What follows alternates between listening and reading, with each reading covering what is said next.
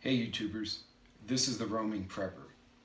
Today I'm going to go over the basics of how to set up your walking backpack and things to keep in mind when you're setting up your web gear, LBE, or other harness to go in the outdoors. Some of the stuff I have is a bit dated. I'm not a young guy anymore, but hopefully you'll find it meaningful.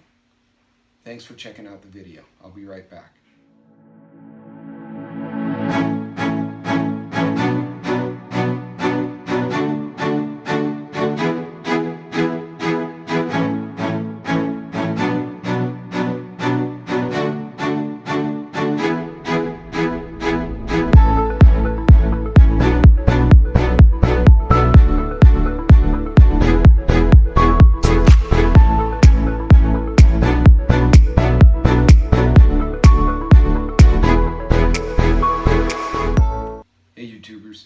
So today I'm going to go through the fundamentals of setting up your pack.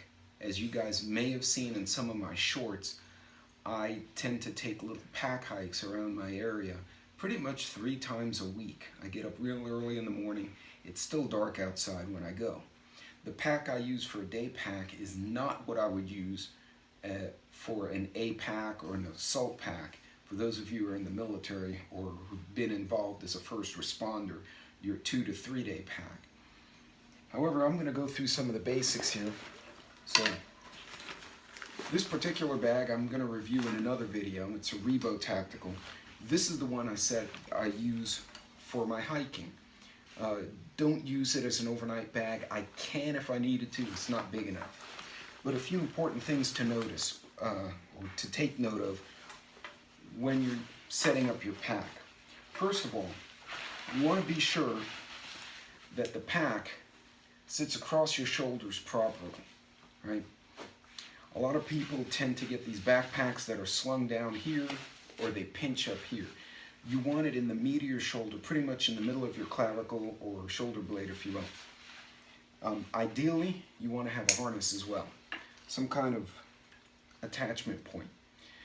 When you load it, you want the heaviest stuff in the middle. Now this is a small pack. This is not meant for an overnight. This is meant for a day, maybe an emergency. You could stretch it to 18 to 24 hours. You want the pack a little bit high, but not too high. You definitely want it above your waistline, and I'll show why in a minute. But the bag, if you move and as you turn, it shouldn't be a separate entity. In other words, as you turn, it should move with you. It should also allow you freedom of movement for your shoulders and the ability to look up and down, left and right. If you set, now obviously if you're doing an overnight excursion, you may have a sleeping bag or something here, so you're going to be limited. But in general, the base pack with the basic things in it should allow you some mobility. Now keep in mind, if you're in a wilderness area and you're licensed or authorized to carry, which I often am, I want to be able to have this hip area free so that my pistol or my knife, whatever utility, is here and it's not impeded by the harness. So why is that important? Well, I'll show you, and I'm going to pull out a blast from the past. I haven't used this, shoot, I think the last time I dug this out was Hurricane Harvey. In any case, if you have, you old school soldiers out there are laughing at me right now. In any case, this is my old LBE. This is probably pretty ancient. This is a little loose. I actually lost 30 pounds doing the walk, so by the way, that's important. A few things. You want to be sure that your harness is even, okay? You want to make sure that your wear points are not on your neck. As you can see here, they go over my shirt. If it's up on your neck, it's going to rub you raw. Also, you want to be able to tighten it and even out. None of us is perfectly symmetrical, so you want to be able to make those little adjustments.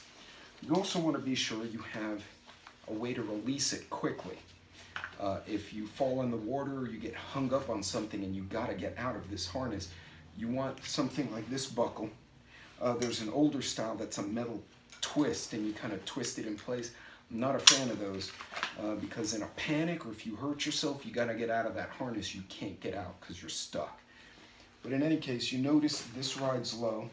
You also want to load it evenly. Now, I have pulled things on and off and have not fit tested it, so I'm going to have to pull everything off again. But this is good enough to give you an idea of why you want that pack a little bit high. You throw the pack over, and you're going to walk with both for some reason.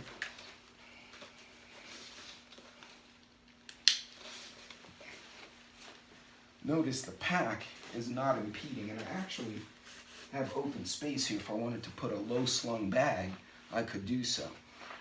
You want to be able to move with all your gear and not be hung up. And more importantly, you want to be able to get out of it if you have to, a few snaps, and you can get out.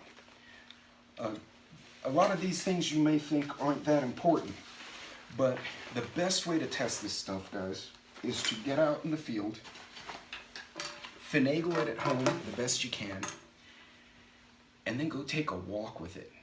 And when I say take a walk, don't just walk around the block. Go clock 2, 3, 4 miles with it. You don't have to kill yourself. And see how you feel when you get back. If you're rubbed raw on your neck or you've pinched your side, you probably have to change the way it's loaded out. And again, I pulled this off and I put something on it without really fit testing it. I can already tell that this thing right here, whatever the hell I put in there, is kind of heavy. This would need to move because I'm a right-handed pistol shooter, so if I was going to hunt, my holster would be here, so this would actually be impeding it. I might even lose the extra canteen in that case and just go with one on this side. Regardless, whether you use old mil-spec stuff like I have, or you buy something new from REI, Academy, or another store, make sure to take the time not only to just buy it, put it on, test it, walk around with it in the house, and then get your boots on, which you definitely have to test as well. Dress up like you're going to take a walk or a hike. And before you go to the mountains or wherever you're going, walk around 2, 3, 4 miles. I promise you, by that 3rd or 4th mile, you're going to know if there's something wrong with your loadout. In any case, that was just a few quick pointers on how to load yourself out with a very simple loadout, LBE in a small pack. You could go on for an hour about different ways to do it. Regardless, thanks for checking out the video. I hope it was meaningful and helped you. If you're traveling, Godspeed, and to everyone, be safe, pay attention, and be ready. Thanks for coming and checking it out. Until next time.